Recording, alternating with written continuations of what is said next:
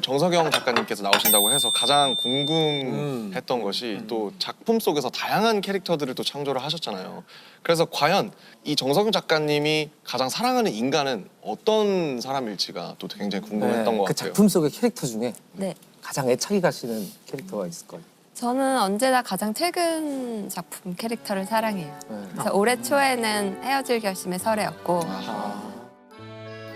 기도술 씨 아내 송설아입니다. 중반쯤에는 작은 아씨들의 인주였고 아하. 오인주, 세상에서 가장 중요한 사람. 지금은 새 작품 쓰고 있어서 그 캐릭터를 제일 사랑해요. 새 작품 쓰시고. 저도 소설 중에서 어떤 거를 추천하고 싶냐면 늘 최근작을 추천합니다.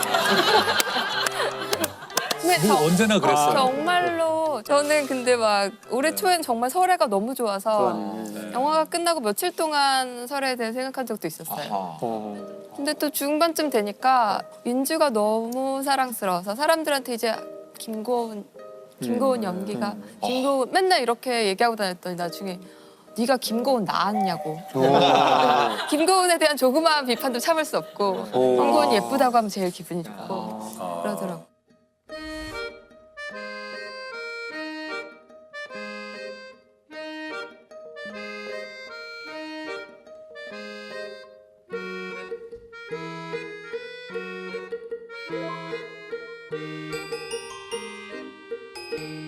어떤 면 때문에 그런 그 뭐랄까 인간들 혹은 캐릭터들을 사랑하시는 것 같으세요?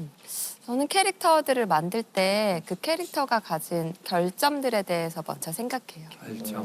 우리가 사람을 사랑할 때 어떤 장점 때문에 사랑하는 것 같지 않거든요. 어떤 캐릭터가 가진 결점을 우리가 받아들일 수 있을 때 결점을 정말 싫어하는 사람을 사랑하기는 힘든 것 같아요. 그렇죠. 그래서 주인공을 생각하면 이 주인공이 가진 가장 중요한 결점이 무엇인가, 그리고 이 결점들이 이야기와 어떻게 결합될 것인가. 그러면 작품별로 주인공들이 몇 분을 얘기해 주신다면 어떤 결함들이 있었을까요? 일단 작은 아씨들부터 얘기하면 인주는 좀 욕심이 있었죠. 돈 그렇죠. 욕심이. 그래서 인주가 20억을 보고 이 돈을 욕심내잖아요. 만약에 인주가 욕심이 없었으면 이야기는 1부에서 끝나는 거죠. 주인 없는 검은 돈 가지는 것도 도둑질이야? 그걸 말이라고 해? 그리고 또 인경이는 좀 무모한 편이에요.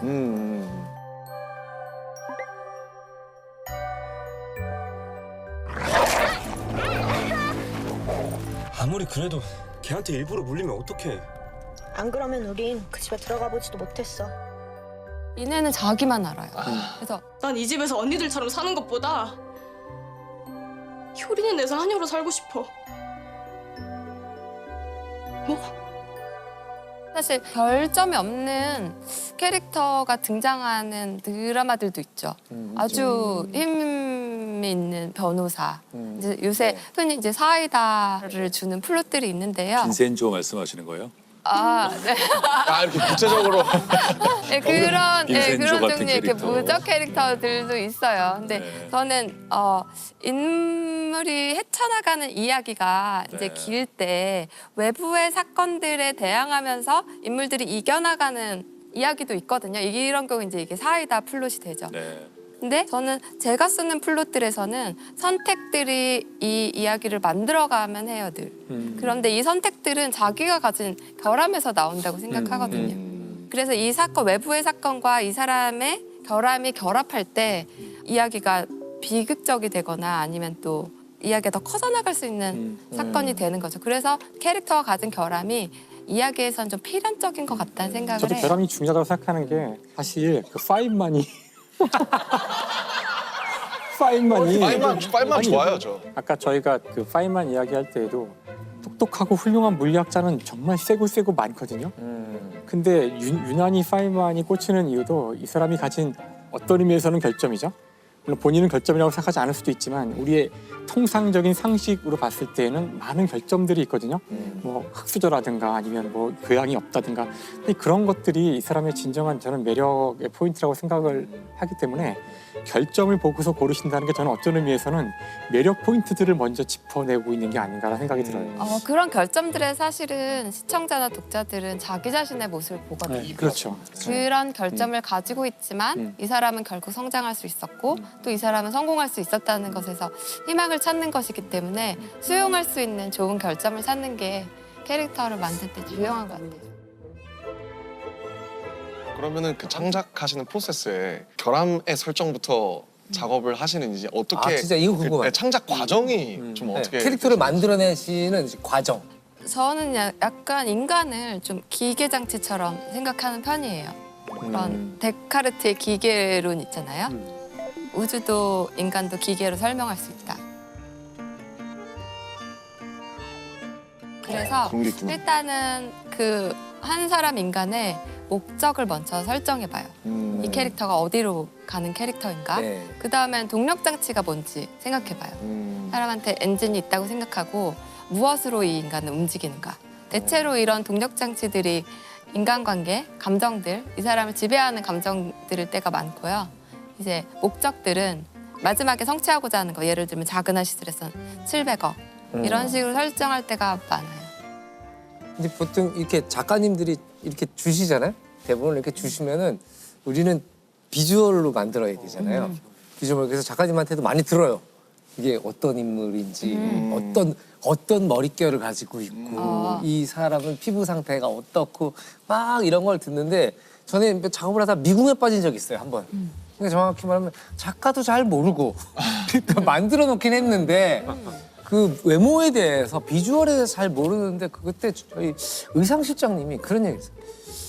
제일 헷갈릴 땐 신발부터 생각해 보면 돼요. 이 사람은 어떤 신발을 신고 있나. 신발이 사실 우리가 특정하기 제일 좋거든요. 직업이 무엇인가. 저는 작은 아시들의 인주에 걸음걸이를 너무 사랑했어요. 시나리오에는 그렇게 걷는다고 되어 있지 않거든요. 인주는 언제나 당당해 보이려고 애쓰며 걸어요. 맞아요.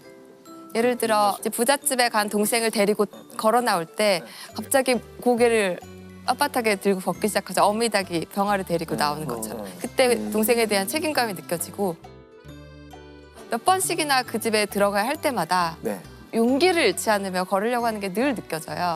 그때 왠지 짠하네. 그리고 살인자인 걸 알면서도 누군가를 만나러 갔을 때 그때도 힘차게 걷죠. 그런 것들은 시나리오에 써 있지 않거든요. 배우가 저는 늘 걸음걸이에서부터 목소리 높이에서부터 캐릭터에 접근한다고 느낄 때예요. 그 배우가 소화해낸 건가요? 네, 그렇죠. 배우가 오랜 고심 끝에 만들어낸 걸음걸이에요. 근데 그게 항상 뭐랄까 시나리오 작가를 하시면 본인이 상상해놓은 무언가가 있지 않으세요? 제가 작가면 그런 상상했을 때 뭔가가 맞지 않는다고 느껴지면 좀 힘들 것 같다는 생각이 들거든요. 아니에요. 저는 인경이도 사실 제가 생각한 인경이와 좀 달랐어요.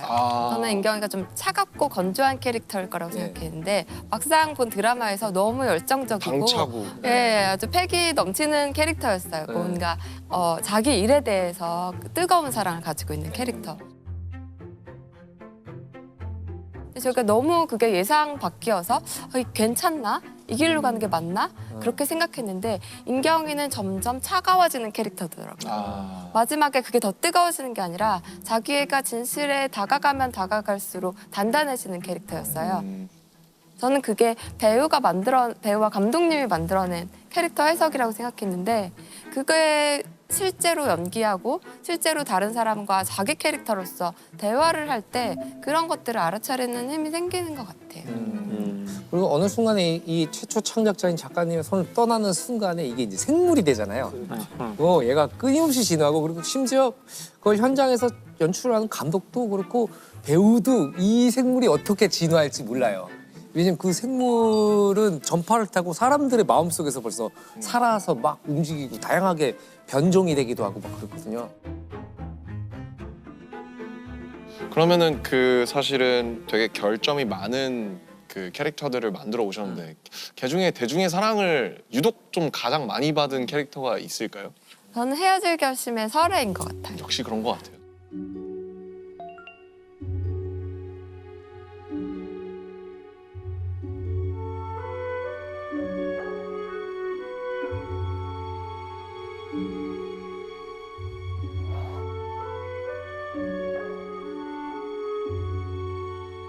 헤어질 결심에 나오는 설에는 어떤 결함이 있을까요? 설에는 네. 일단은 살인자죠. 네, 그렇죠. 근데 저는 설의 결정적인 결함은 헤어지지 못하는 거라고 생각해요. 설에는 중국에 있을 때 네. 엄마를 네. 죽여야 했어요. 맞아요. 엄마가 내가 너무 고통스럽다. 나를 죽여달라라고 말했죠. 네. 근데 엄마를 죽일 수 없었지만 엄마가 너무 괴로워하기 때문에 엄마가 죽는 걸 돕게 됐어요. 네. 이게 헤어질 수 없는데 자기가 헤어진 거죠. 저는 사실 이게 설의 이야기의 시작이라고 생각해요. 근데 이런 일을 겪은 사람은 네. 저는 제 생각에는 이거보다 더 큰 일을 겪지 못할 것 같아요. 자기 손으로 자기 가장 엄마를. 사랑하는 사람을 죽여야 했던 상황. 어. 그리고 저는 이 사람이 그래서 한국에 엄마의 유고를 안고 한국에 돌아왔을 때 단 하나의 헤어짐도 견디지 못하지 않았을까? 그런 생각이 들었어요. 헤어지느니 그대로 박재화에 대해서 내가 갖고 있겠다. 그러게요. 그러니까 영화의 제목은 헤어질 결심인데 정작 누구와도 헤어지지 못했던 그런 이유 때문에 플롯이 진행이 되고. 근데 사실 저 재밌었던 게 또 한 가지는 이 제목이 이제 헤어질 결심이잖아요. 그러니까 사실 그 남녀의 관계에서 헤어지는 것은 결심할 수가 있죠. 그러게. 근데 이제 만나는 결심은 할 수가 없거든요. 네, 맞아요. 만나기 전에는. 저희 영화에는 거기에 대한 표현이 나오죠. 그래서 사실 전에 그 김영하 작가님이 저한테 추천했던 소설이 있었어요. 기억나시나요? 반드시 보십시오. 여러 권을 추천했던 것 같은데요. 그건 저한테 정말 정색하고 꼭 보라고 했던 소설이 여러 권 있었던 것 같은데요. 밀랑 쿤데라의 아, 참을 수 없는 존재. 참을 수 없는 존재의 가벼움을 네. 그때 제 눈을 이렇게 바라보면서 꼭 보라고 하셔가지고 그거 제가 정독을. 그랬는지 알겠네요. 근데 그 이후에 이제 밀랑 쿤데라의 소설을 거의 다 봤는데 네. 너무 꽂혀서 네. 제가 그 소설을 보면서 느꼈던 그 아주 흥미로운 점 중에 하나가 사랑은 언제나 우연으로 시작한다는 거예요.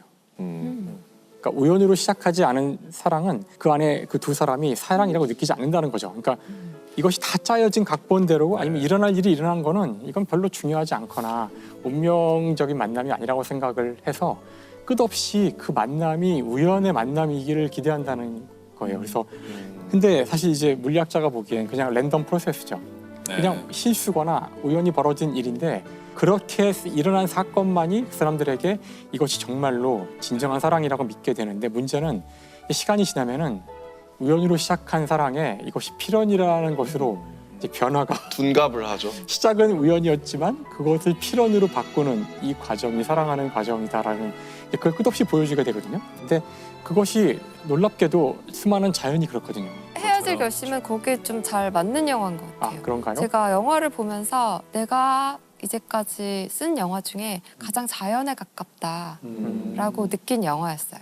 내가 의도해서 쓴 대사 이런 것들을 비껴나가는 연기들이 너무나 많고 아하. 그 장소가 주는 느낌들 그것 때문에 신이 바뀌는 경우가 많고 마치 제가 결말을 모르는 사람 같았어요. 결말을 모르고 충격을 받은 사람 같았어요. 그러니까 던져놓은 걸 시작으로 해서 진화가 돼간 거군요 스스로. 네, 자기 그래서, 조직화되는. 네, 맞아요. 그래서 저도 그런데 관객들도 역시 이 영화가 가지고 있는 자연의 힘 같은 거대한 힘을 느끼겠구나 그렇게 생각했었어요. 사실 저는 이제 이 영화가 저한테 결론이 없고 강요하는 게 없는 것 같아서 너무 좋았어요. 뭔가 이 영화가 담고 있는 메타포들이 저한테 너무 와닿고 그런 것들이 너무 좋았고 뭔가 강요하는 게 없이 제가 생각할 수 있는 여백, 그러니까 제가 저를 투영해 볼 수 있는 지점들이 너무 많았어요.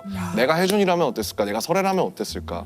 그런 것들이 계속 하는데 근데 결론적으로는 뭔가 저 나름의 결론을 제가 만들면 되는 느낌. 네. 제가 남중근을 처음 이렇게 본 이후로 이렇게 폭주하는 경우가 뭐 거침이 없고 막 폭풍처럼 보고 계시는 거예요.